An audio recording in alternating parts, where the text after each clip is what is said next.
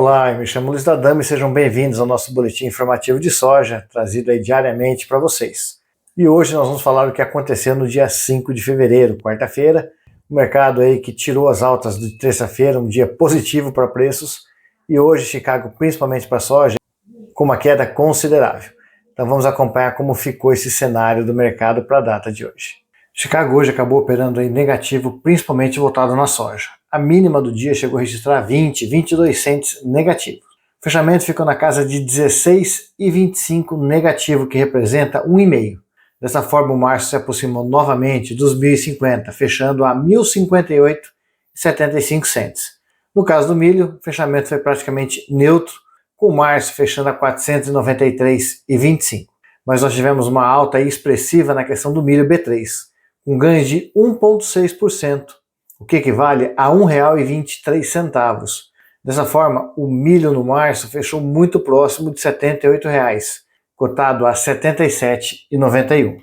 O milho, como não tem nada a ver ou muito pouco a ver com a briga entre Estados Unidos e China, teve um fator positivo que foi a venda privada de 330 mil toneladas para o México registrados hoje.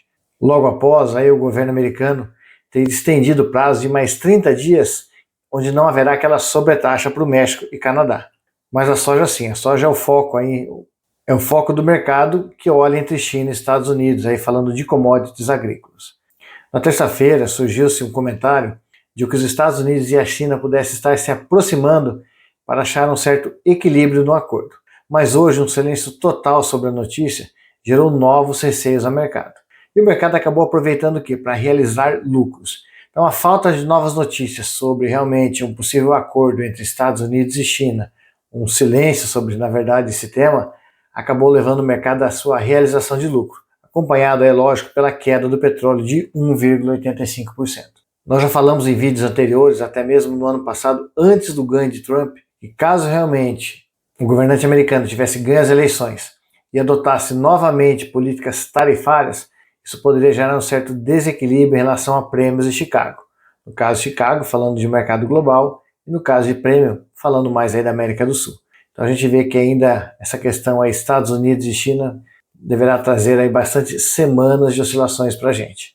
E os prêmios hoje voltaram a subir, 7 cents no março, tradado hoje a menos 13 centavos aí no caso. A gente mostra aí que os prêmios de março se encontram praticamente firmes aí nessa casa entre even, que é o 0 a 0, e menos 20, encontrou uma certa resistência. Isso porque, mesmo com a colheita andando de forma atrasada devido às chuvas, o volume de oferta no mercado é muito pequeno, então isso vem incentivando um pouco dos prêmios. Lembrando que hoje você ainda teve uma queda acentuada de Chicago, o que claramente ajuda aí nessa sustentação de prêmios. Na parte da manhã foi o momento que nós tivemos os melhores preços praticados em reais, com a soja permanecendo praticamente inalterada, a não ser uma região ou outra mais do interior, com uma certa valorização, e o milho já é um cenário um pouco diferente. Devido ao baixo volume de ofertas e algumas necessidades pontuais do mercado interno, nós vimos o preço no interior subir na faixa de 1,5% a 2,5%, o que justifica até mesmo a subida do B3. Então essa valorização é muito clara quando você percebe o mercado sem oferta no físico e o comprador vindo buscar um pouco de produto, intensificando assim um pouco dessa alta no mercado de milho. O dólar, que trabalhou com oscilações positivas e negativas, acabou tendo um pequeno ganho no final do pregão, mas ainda fechando abaixo dos 5,80. 5,7908, que equivale a 37% de alta. O dólar acompanhou parte das tendências aí mais baixistas no dólar internacional, que caiu um pouco, devido às questões aí tarifárias e econômicas envolvendo os países, principalmente americanos, contra os demais.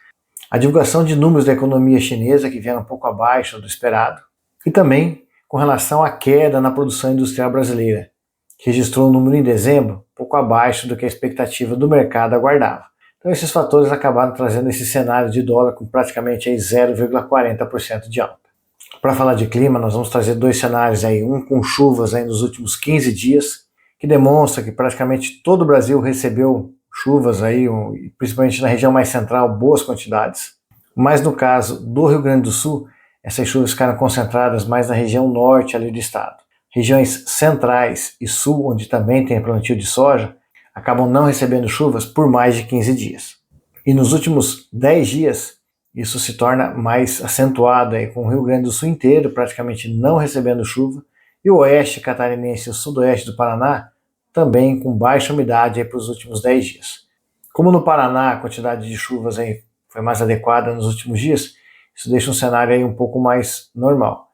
Mas lembramos que mesmo essa região do Paraná já sofre com um pouco de quebra aí devido a algumas secas que a gente teve aí no período de dezembro, finalzinho ali, e janeiro. Mas a região mais preocupante em relação a número de quebra continua sendo o Rio Grande do Sul. Bom, por hoje a gente fica por aqui, onde trouxemos aí para vocês o que foi relevante para o dia de hoje no mercado. O mercado que continua tradando as questões políticas e governamentais, principalmente voltado às questões de taxas pelos americanos e pela questão climática na América do Sul. A gente mostrou aí para vocês como foi um cenário, por exemplo, de chuvas nos últimos 10 a 15 dias, onde afetou principalmente o Rio Grande do Sul. E esses ainda serão os pontos que estarão em evidência pelos próximos dias.